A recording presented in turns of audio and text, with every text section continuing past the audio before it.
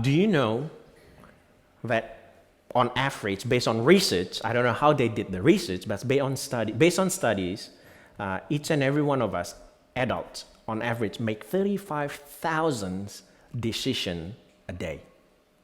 Think about it, 35,000 decisions a day.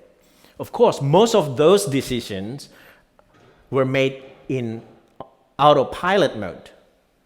When you wake up in the morning, you decided whether when your alarm went off, whether you're gonna wake up or you're gonna send your husband or wife to switch it off or to press the snooze button.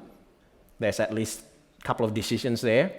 And then what to wear, how long you brush your teeth, where you press the toothpaste from the top or from the bottom. I'm the one from the bottom person and do it neatly. And well, my wife is from the top one.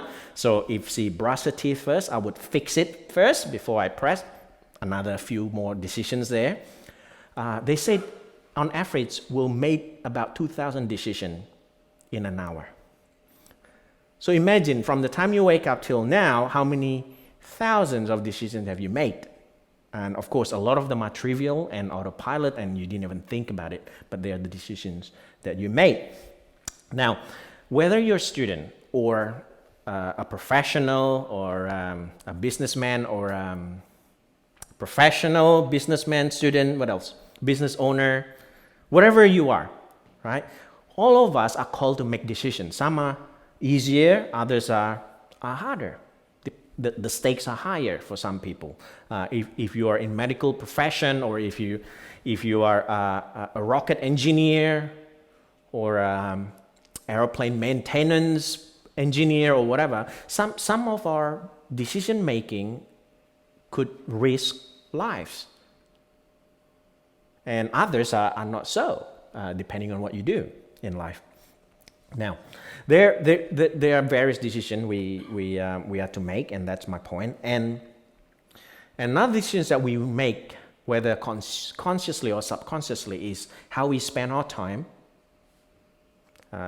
Some of us subconsciously did not think about how we spend our time, and only once those time has passed, we look back and say, how did time went like so fast? How did it go so fast? I didn't do much. Holiday's over. Now I'm back to uni. I'm back to work. Whatever it is. 2 weeks off. I didn't do much at all, apart from a lot of eating. That was me. I ate a lot. I gained 2 kilos over Christmas and New Year break. That's ridiculous, right? That's like a week, about 10 days break. I gained 2 kilos, and that's ridiculous. And a lot of them are decisions that are autopilot. You know, people say, "Come over for dinner." I say, "Sure, food," right? But then during holiday, we tend not to exercise. And of course, COVID is an excuse as well not to exercise. Those are the decisions that we make. So we make decisions on how we spend our time and how we spend on what to eat, on food and on entertainment, what to watch on Netflix or whatever subscription that you have that you want to watch. We decide on mortgage as well. That's a decision that we make. How much mortgage we want to have. Whether we take on mortgage or not. That's one thing that I initially, before moving to Melbourne, to decide as a family on mortgage, that we as a family will not get on a mortgage, will not take on mortgage. This was when back in Sydney, knowing that God put in my heart that He will call me into His ministry in service full time. And God put in my heart that He said, when I call you, I want you to be able to go. And we made a decision as a family to not have mortgage at that time. So we all make decisions on that. How about on saving? Some of us make decisions on saving. Some of us don't even think about it and use all of them up, right? Some of us make decisions on gym membership, whether it's worth it or not, whether to sign up. Others on hobbies, what kind of hobbies you want to do, how much money you want to invest in that hobby. See, all hobbies cost money. Whatever it is that whatever your hobby is, all of them cost money. If someone tells you this doesn't cost anything, they're lying. Okay, any kind of hobby costs money. If it costs your time, it costs money. Okay. Now, another thing that we make decision on is on our giving as well.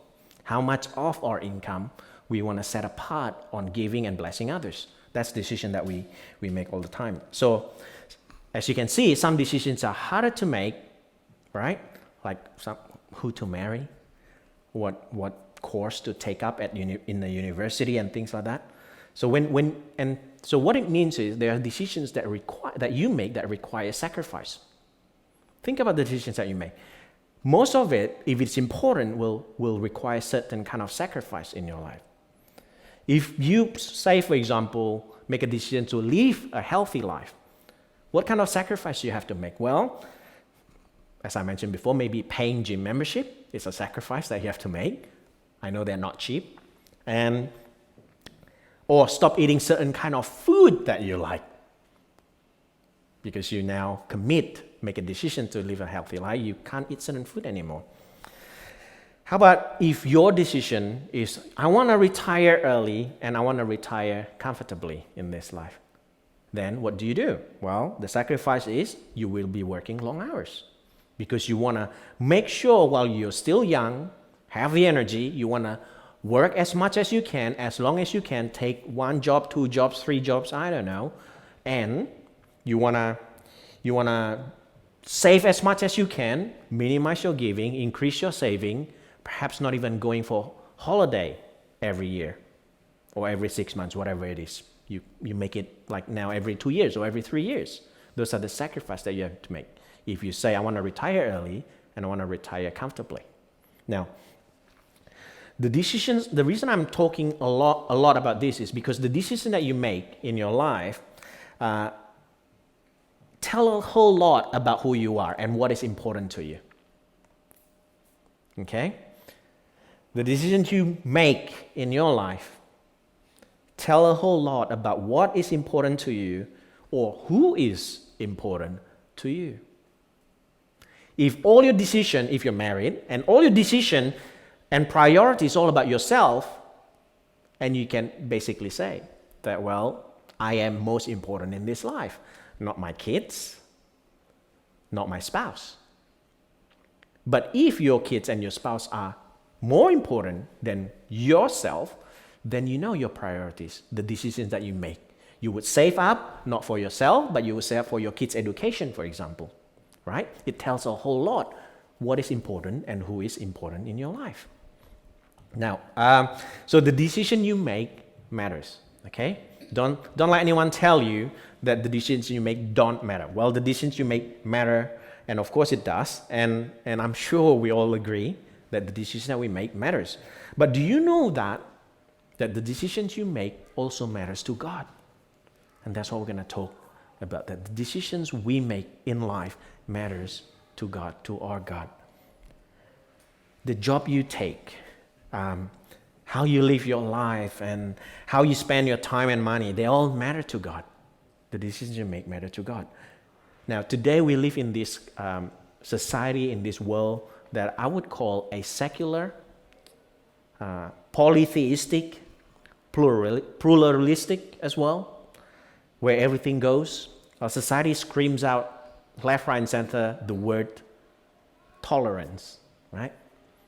Because it's pluralistic, it's secular, and it's polytheistic.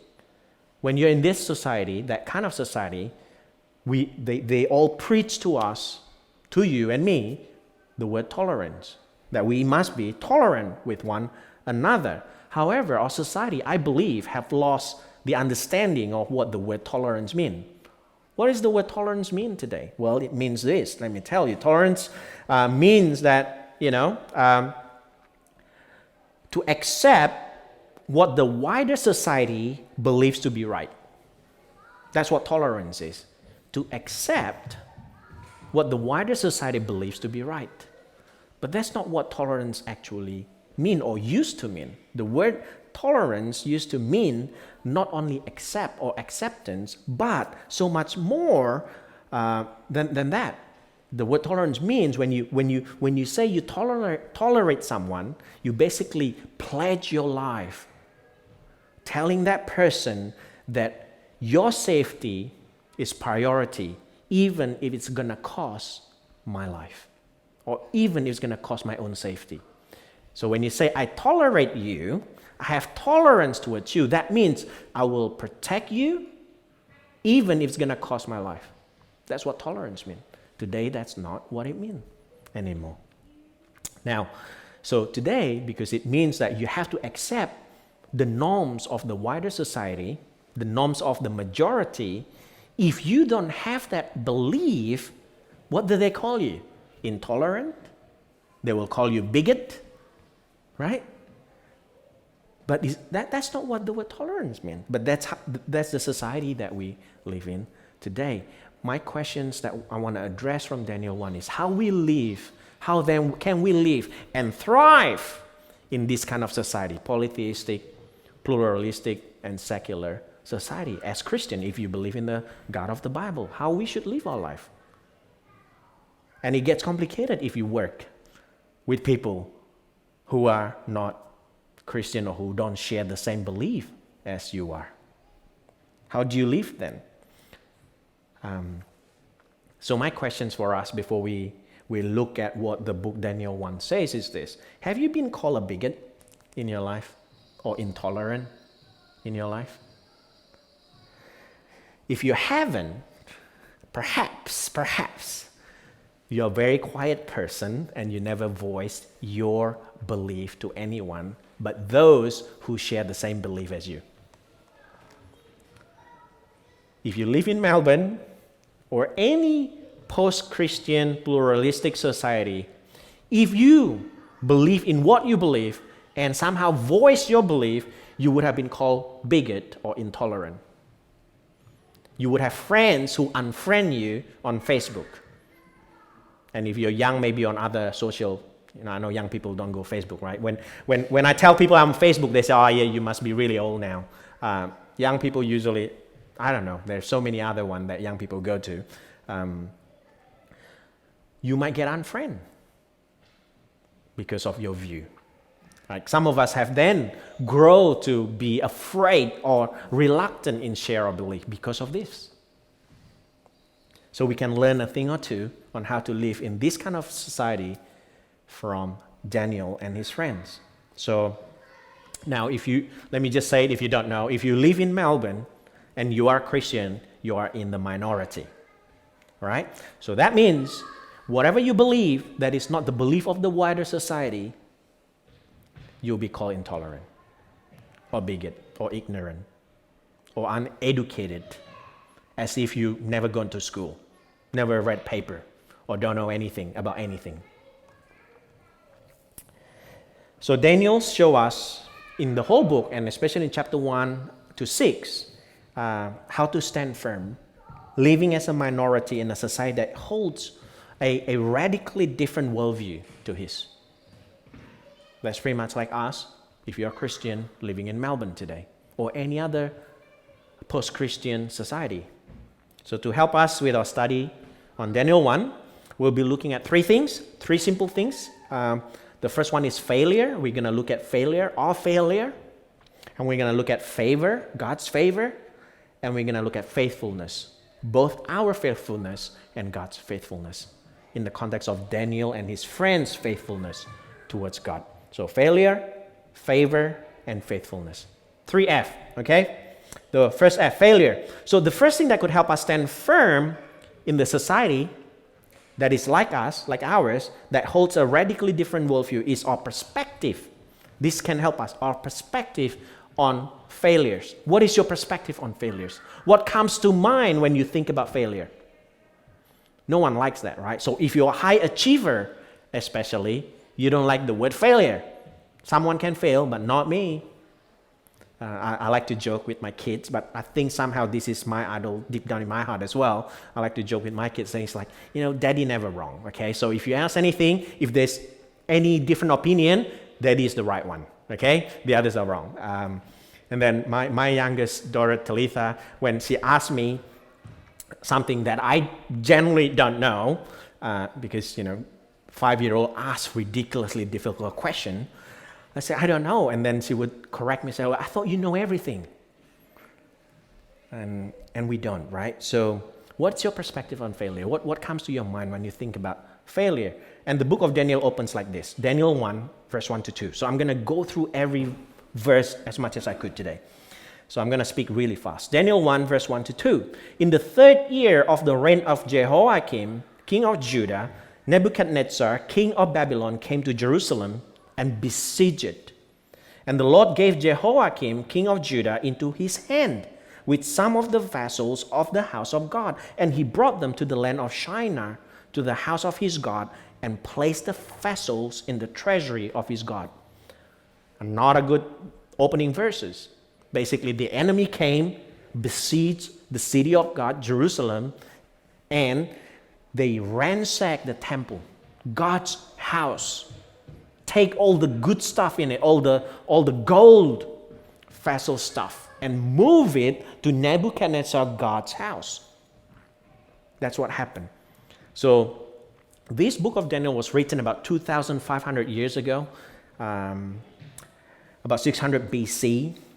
And it tells us about the failure, even though it's not explicit, it tells us about the failure of God's people to live in obedience. And God's warned them, if you continue to live in disobedience and do not repent, I will send you into exile. And that's what happened. Because before this happened, just a bit of context, it says Jehoiakim, king of Judah. By this time, God's people is no longer one kingdom. It's no longer just the kingdom of Israel. There's 2 kingdoms now. We call it divided kingdom of Israel. There's a northern kingdom, Israel, and then the southern kingdom called Judah. That's why it said the king of Judah. That's the southern kingdom. Now, the northern kingdom has gone. They've been conquered by the Assyrians about over 100 years ago, prior to this event. So they get a fair warning. They say like, you're going to have the same fate as the northern kingdom if you don't listen and repent and obey and live in obedience. So they didn't, and this happened. Okay? So if you read carefully, these opening verses, it tells us a lot about what the book of Daniel is about, right? It's about kings, it's about lords. Okay? There's 2 kings mentioned, Jehoiakim, right? The king of Judah, and king of Nebuchadnezzar. And there are also 2 lords. The first lord is God, Yahweh, and the second lord is Nebuchadnezzar's God. So about kings and lords. And so in essence, if I want to simplify it, the book of Daniel is about this. It's about who is sovereign in this world. Who is sovereign in this world? Who rules the world? Who rules your world? Who rules the government? Who is sovereign? Who has the ultimate power and control? That's the question that the book of Daniel addresses. Now, from Nebuchadnezzar's point of view, if you read verse 1 and 2 again, he has his own point of view, right? So if you pay attention there, it says he views this as his victory. He look at these verbs. Look at all the verbs here. He say he came. Nebuchadnezzar came. He besieged the city. Then he brought to the house of his God, and he placed them into the treasury of his God. Nebuchadnezzar, from his point of view, he is the victor, and he did it all himself. He came, he besieged, he brought, and he placed. That's Nebuchadnezzar's point of view. But then there's somehow in these short 2 verses, there's another point of view, and that is Yahweh's point of view. Yahweh perspective. Right? The narrator of the book provides us with the alternate view. And if you read verse 2, what does it say? It says, and the Lord gave Jehoiakim, king of Judah. So from Yahweh's point of view, it wasn't Nebuchadnezzar who came and besieged and take, but it was Yahweh who gave to him. Totally different thing. Totally 2 different perspectives. And who's right? And that's what Daniel want to address. Who is sovereign? Who is actually in control? Is it Nebuchadnezzar in his with his powerful army who besieged and came and take? Or it's God, Yahweh, who gave freely to him? So now, Judah's failures to repent and live in obedience to God has led God, this is Yahweh's perspective, have led God to give the people of God up to Nebuchadnezzar, to the Babylonians. Now, we also see in these two verses that Nebuchadnezzar's failure to acknowledge God has led him to what? Credit his God instead. He said, like, I did this, and I'm going to take this vessel from the people of God and Yahweh's temple into my God's temple. He credited his God for his success and victory. What does it all mean for us? What does it all mean? What does the failure of Israel to obey God teach us? And what these opening two verses teach us? Well, it teaches us two things. That in our failure, when we fail in life, if you haven't failed before, if you're young and you haven't failed before, trust me, you will fail. Let me burst your bubble now. You will fail. In our failure, it is when you fail, it is easy for us to see that our situation is hopeless. Whether you fail in your study, whether you fail in your work, whether you fail as a parent with your kids, or whether you fail as a child, as a son, as a daughter to your parents, oftentimes we can feel that we are in a hopeless situation. Think about Judah. They have failed to obey God, and now they found themselves in exile in a foreign land, in Babylon. It's natural for them to lose hope. When is this going to be ended? Like, are we going to be a foreigner as a prisoners for the rest of our life? They must have thought that God abandoned them. In our failure, sometimes we can feel like, I messed up and God has abandoned me. I have no hope. I have sinned against God. It's true that God has punished the people of God, okay? I'm not trying to minimize the fact that God is punishing them. However, it is also true to say that God is protecting them at the same time,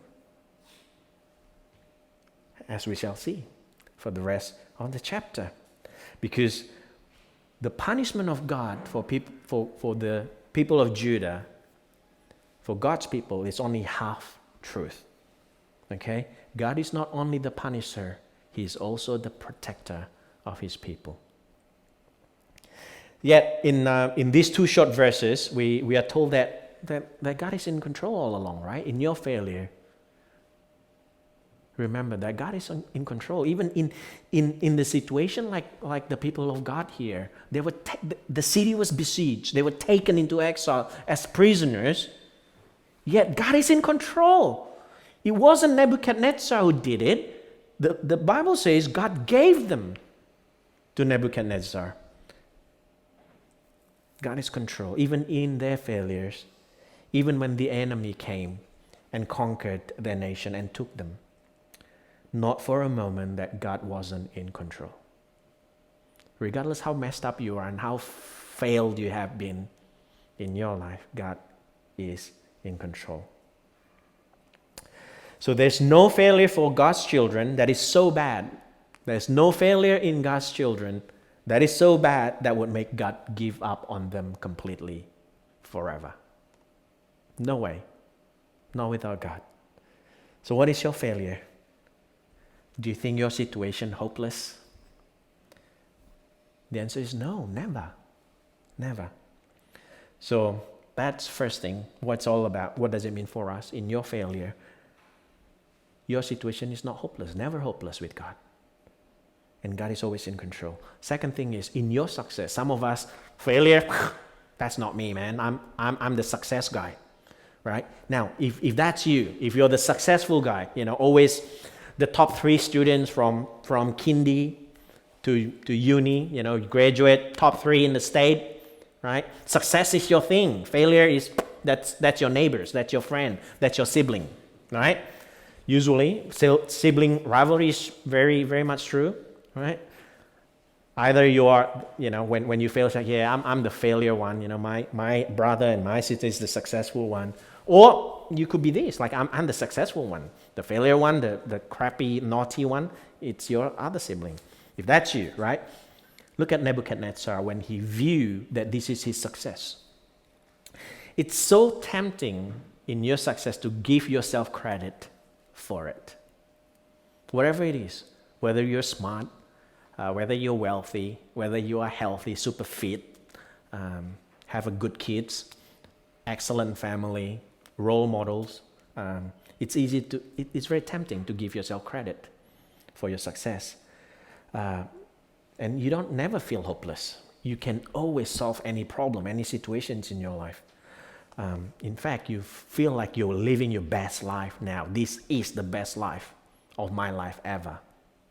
Maybe that's how you're feeling right now, because you have a good job, maybe you have a good income, a good family, a good kids at home, good parents, whatever it is that your success. You may think that you have them because of what you've done. I've trained my kids well. Look at how well they've grown up. I've studied really hard. Look at my results. I work really hard. Look where I am now at work. I've been working hard for all my life. Look at, the huge amount of money I've saved for my retirement. Whatever it is that your success, you may be tempted to think that it's because of you. Just like Nebuchadnezzar. And I want to challenge us today from the book of Daniel chapter 1 that God gave. Not us, but God gave. So what is your success? What is it that you're proud of today in your life? Who's responsible for that? The book of Daniel like to challenge us and tell us, it is not you. It is not your kids. It's not your parents. It's not your spouse. It's God Himself who gave. Now, before you answer too quickly to think that you are successful, you are great, and you give God credit, a lot of Christians like to think that way. I like to think that way. All the good things that I have, it's easy for us to say as Christian, it's the right thing to say, that, God did all this. It's not me. It's God's favor, God's blessing. It's easy to say that. Especially been Christian quite some time. That's natural to come forth. Glory to God. God did this, God did that. But do we truly believe it? Is the question. Because it's easy for us Christians to say we give credit to God. Success not from us. But it's totally different to truly believe that God is the one who gave. God gives me a good family or good children, whatever it is that your success. So it's one thing to say that we give credit, and another to actually give credit to God. Because a lot of us secretly, even if it's a tiny bit, think that we deserve a pat on our back because we raised such an amazing kids, because we work so hard, and we deserve this. Even though we may not say out loud to people, somehow deep down in our heart, we have this inkling that we deserve this. I deserve this glorious, expensive, beautiful holiday because all year round I've been working hard. Right? I've been there. Why do I deserve such an expensive, beautiful holiday? Because I work hard all year long. I deserve it. I deserve this amazing car. I earn a lot of money. This is nothing. Yes, for you, this car may be a lot of money, but for me, this is nothing. I deserve this. I earn 20 times more than this car worth. I deserve it. I deserve amazing kids, obedient children. Why? I sacrifice so much for them. I work day and night just so that I can feed them and send them to the best school. Of course, I deserve them to respect me. I sacrifice so much for them. I deserve their obedience. I deserve this job. Why? Well, I'm the top 3 graduates in my year. Of course I deserve this job. When we say I deserve, deep down in our heart, we give ourselves a pat on the back, say, I give credit not to God, but to myself. So we're living in a world today that is not much different to Babylon, okay? and the capital city that of the world superpower at that time, really, the Babylonian Empire. And the spirit of Babylon is pretty much alive today, as it was back then, and also way before this happened in 600 BC. So there's a story about the Tower of Babel in Genesis chapter 11. It's the same city. What happened there? Let's look at Genesis 11, verse 4. So this is even longer. It's 1,000 years before then. Then the people of Babylon, said, "Come, let us build ourselves a city and a tower with its top in the heavens, and let us make a name for ourselves, unless we be dispersed over the face of the whole earth." They wanted to build a tower that reaches the heaven so they can say, "We did that." To make a name for themselves. That's the spirit of Babylon. Why do you want to be successful? You want to make a name for yourself. Do it for you. Do it for your family. That's the spirit of Babylon. And we're living in that culture right now. Be successful. Make a name for yourself. The spirit of Babylon is to give credit to no one else but yourself. And how did it end up for them? Let's just skip to verses 6 and 7. And the Lord said, so they built high tower as high as they could, right? To reach the heaven. They want to be God. And this is what happened. And the Lord said, "Behold, they are one people and they'll have one language. And this is only the beginning of what they will do. And nothing that they propose to do will now be impossible for them." And then this is amazing thing. So picture this. They built as high as they could, reaches the heaven, right? That's the aim. And God says, come, let us come down. And they're confused their language. There's a sense of humor here. It's like they want to be as high as God, even higher than God. And God's like, is that it? And God needs to come down to meet them. So they didn't go very far at all, did they? When we want to reach out and say, be God to ourselves, God says, what are you doing? What are you doing? So that's the first thing, failure. The second thing is favor, right? So the second thing that could help us stand firm in this culture, in this society, in this climate is God's favor.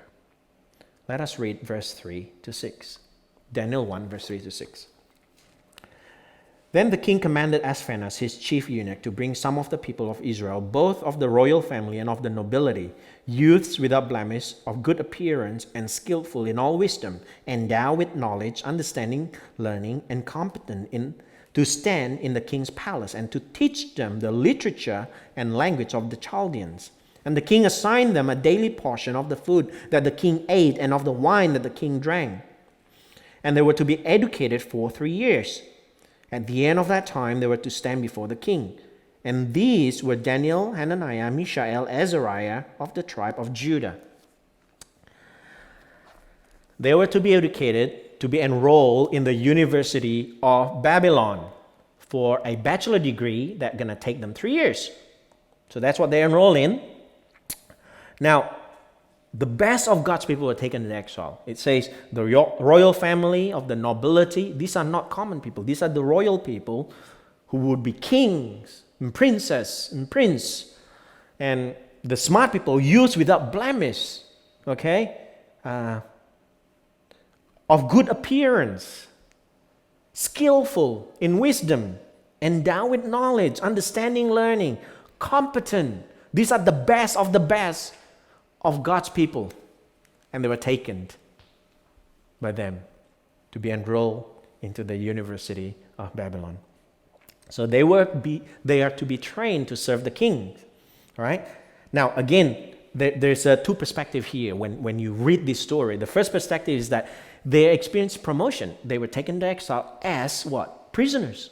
Now they're to be educated and to serve kings. Sounds like a promotion, isn't it?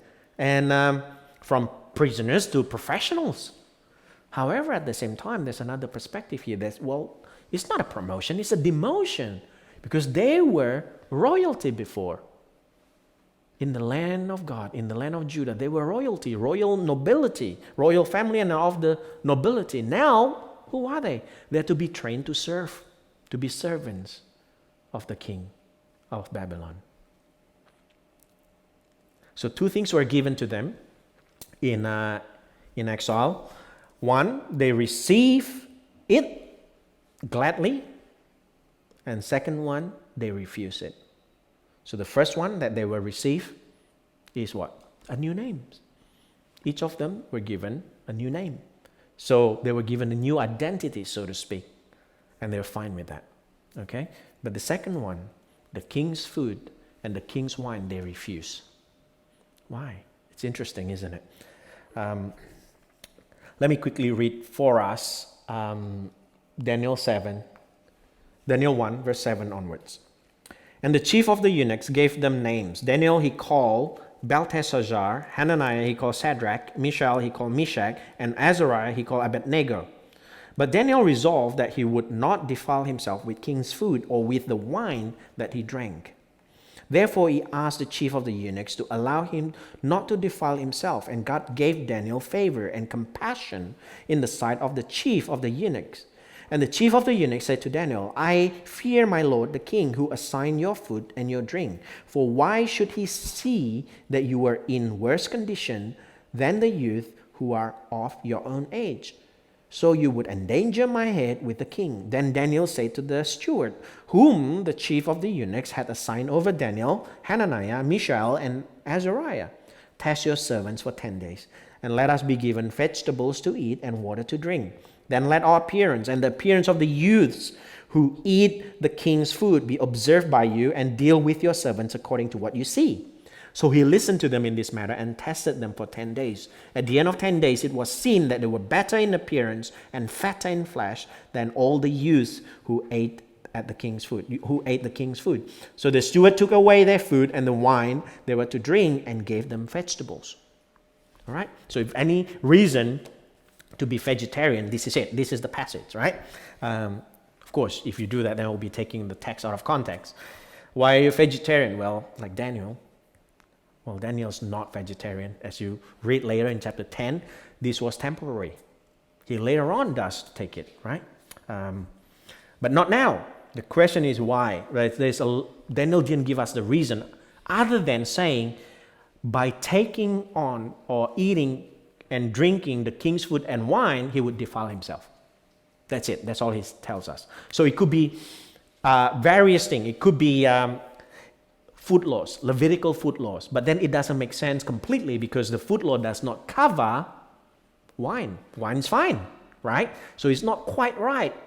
Or some people say because the food has been offered to idols.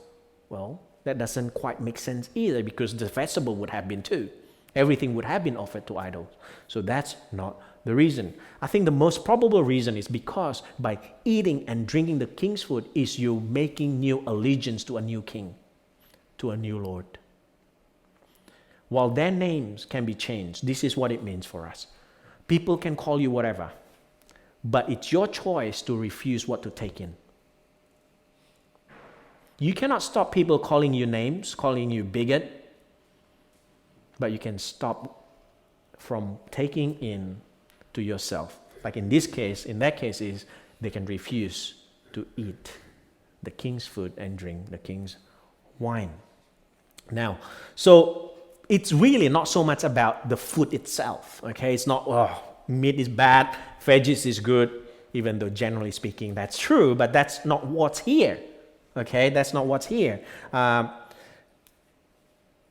Because another reason is because Daniel refused to eat the king's food and drink the king's wine before it was presented to him.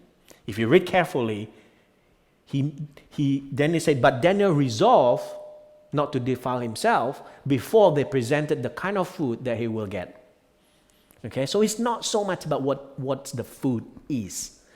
Okay, so it's not about that. So we could guess then, really, again, this is a guesswork. It's educated guess that it's by doing so he would pledge a new allegiance to a new king and his God. and he refused to do so. Now, verse 9 gives us another key here. Remember, verse 2 was the key on the first point. God gave Jehoiakim to King Nebuchadnezzar. Now, this is the second important key for us. And God gave, this is the second verb God gave, Daniel favor and compassion in the sight of the chief of the eunuch. Now, we can sense that now Daniel will be successful, you see, because he has God's favor, and he will be. Not only because it was God who gave Jehoiakim to Nebuchadnezzar, now the same very God who did that gave him favor. Okay? That's what happened here. And Daniel's very smart. And he's not blatantly arrogant in the sense like, I refuse, I don't care what you do, I refuse to eat. He didn't do that. Look at his stand. He said like, test your servant for 10 days. If we look terrible eating vegetable for 10 days and drink water, then we'll do what you say. But test us for 10 days. And he's also smart about it. The second time he was refused the first time, remember? He was refused. He's like, nah, the king gonna kill me, man. Gonna take my head off because you're gonna look awful by the end of 10 days eating vegetable and drink water. Daniel was smart. The second time he didn't approach the chief eunuch. He approached the servant, the steward of the chief eunuch. He's like, hang on, don't tell your boss, but test us, give us veggies, right? The good broccolis and spinach and all the stuff and water. You can keep the meat and the wine for yourself. Just test us for 10 days. Don't tell anyone. That's what he did. He's quite smart about it and quite subtle about it. He's not arrogant about it. Just like, I don't care. I just refuse. No, he didn't do that. He didn't take that attitude. The same for us. If we are to be successful, standing firm in Babylon, we got to be smart, right? Just because you have your own belief, we have belief in the God of the Bible, doesn't mean that we just have to smack people in the head with the Bible for everyone who does not agree with us. That wouldn't be very smart. In fact, that will infuriate people. That will not bring glory to God. Yet some Christians are live their life like that, I don't believe in that because the Bible says this. I don't care what you say. They don't want to listen to anything that the other people who have different opinion to them, what they have to say. That's not the attitude of Daniel, okay? If we have to be successful, we got to be smart about this. Okay? Now, so Babylons tell us one thing, that is to take credit for ourselves, to give us a pat on our back when we are successful. It may sound innocent, right? It's okay, to congratulate yourself. Self-congratulatory is fine. But it's actually not, because it's Babylonians' way to discredit God. When the society tells us, it's okay, you deserve it, it's a subtle way to indoctrinate us to discredit God for what we have in this life. The Bible says every breath that we have, the fact that we can stand here right now, you can be standing there right now, sitting there right now, wearing the clothes that you wear, the God of the Bible says, that's because of me. So when the world tells us that no, give a little bit credit for yourself, it's a way to discredit God for who He is. We somehow minimize God a little. It's quite dangerous. Now, in this COVID-19 pandemic, right, we're very fortunate to be in Australia. Whichever state it is, right? Sydney, in New South Wales or Victoria, I know we don't like each other, right? Yet, regardless of which state you come from, we are fortunate to be in Australia. We can live relatively close to normal. We can do this. We're going to have Australian Open. Really? It's unheard of for people in Europe, in US, in UK. So it's easy for us, looking at our success, comparing to what happened in Europe, especially, and the rest of the world, in Africa as well, to congratulate ourselves of how well we have managed this pandemic.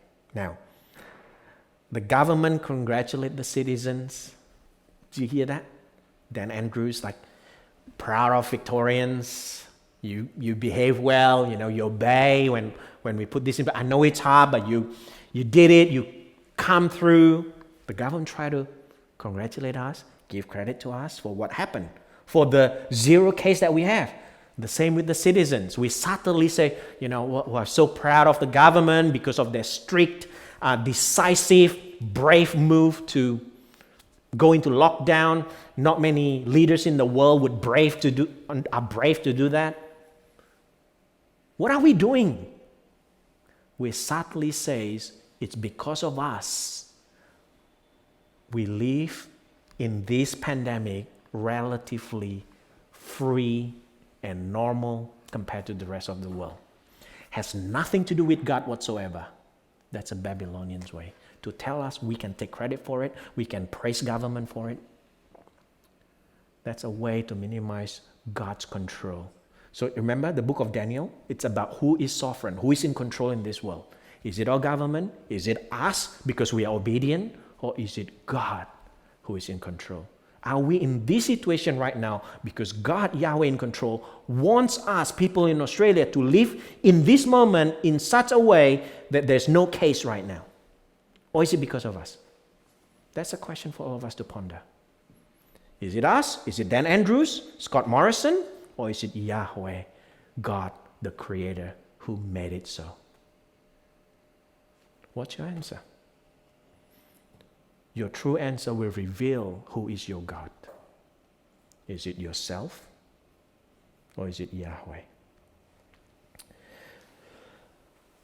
We tell ourselves all the time, we did it.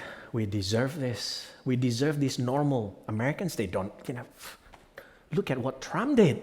They don't deserve a normal life like us. They deserve all that because of what they've done. They didn't go into lockdown. Be careful what you believe. Be careful what you say, because it reveals who your true God is. So we live in a society that thinks a lot like Babylonians, okay? So if you don't believe this, the next time someone tells you that you deserve this or that, ask them, why do you think I deserve it? So, Aaron, you deserve this break, or you deserve that promotion, or whatever it is. Ask them, why do you think I deserve it? And hear the answer. It all sounds like people in Babylon. The third thing, I'm going to close in this last point. I'm running out of time. I haven't done this in person for a year, so my apology for going over. Okay, I usually quite prompt. I don't go over, but all right. Faithfulness, the third point. The third thing that could help us stand firm in Babylon, in a culture like Babylon, is in God's faithfulness. That's the third thing, God's faithfulness. So let us quickly read from 17 to the end of chapter 1. As for these 4 youths, God gave them learning and skill in all literature and wisdom, and Daniel had understanding in all visions and dreams. And at the end of the time, when the king had commanded that they should be brought in, the chief of the eunuchs brought them in before Nebuchadnezzar. And the king spoke with them, and among all of them none was found like Daniel, Hananiah, Mishael, and Azariah. Therefore they stood before the king. And in every matter of wisdom and understanding about which the king inquired of them, he found them 10 times better than all the magicians and enchanters that were in all his kingdom. And Daniel was there until the first year of King Cyrus. Just quickly, the last verse there, Daniel was there until the first year of King Cyrus. That is hope. Why? Because King Cyrus is no longer Babylonian. King Cyrus is part of the Medo-Persian. It's different empire altogether.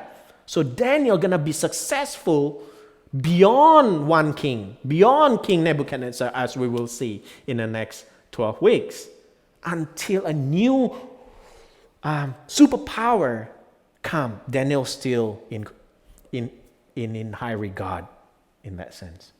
Okay, so that's hope, right? So I'm going to park there on that point. But the key here, remember we got 3 keys.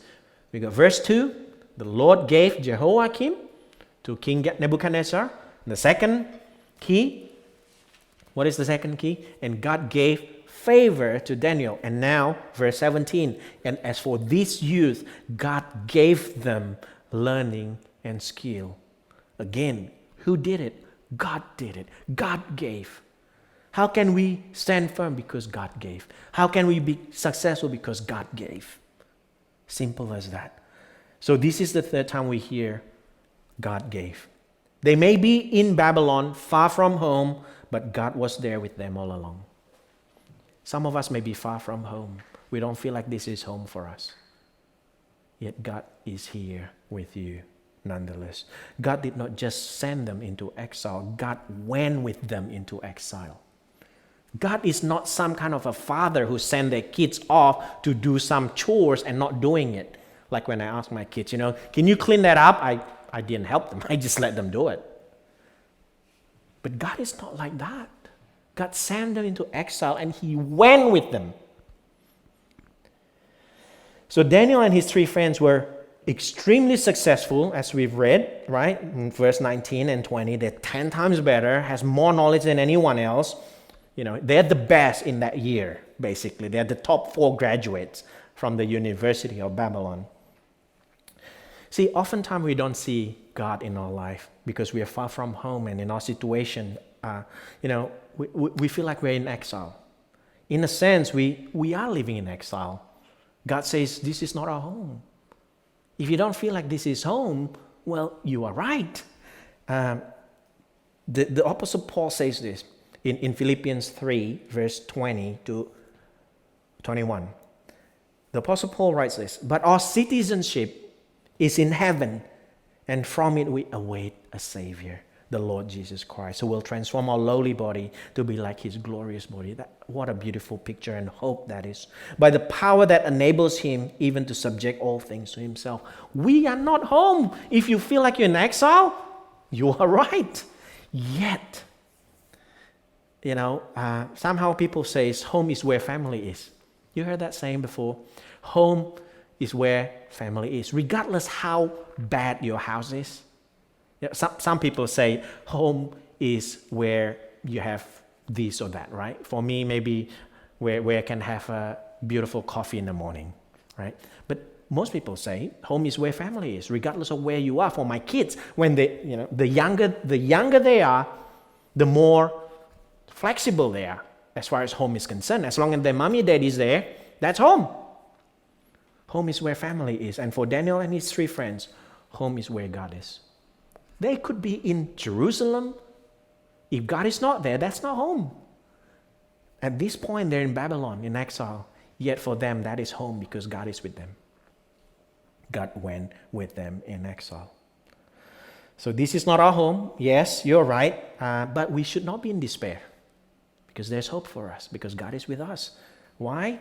Because Matthew 11, 29, verse 30 says this. This is my last 2 verses. Take my yoke, Jesus said this, take my yoke upon you and learn from me, for I am gentle and lowly in heart, and you will find rest for your souls. For my yoke is easy and my burden is light. Yes, we're not home, but God did not leave us alone. God, Yahweh, sent His own begotten Son to leave His home, to leave heaven, and came down to be with us. When Jesus incarnate became man, the Bible says His name shall be called Emmanuel, which means God with us. We may be in exile, but God is with us.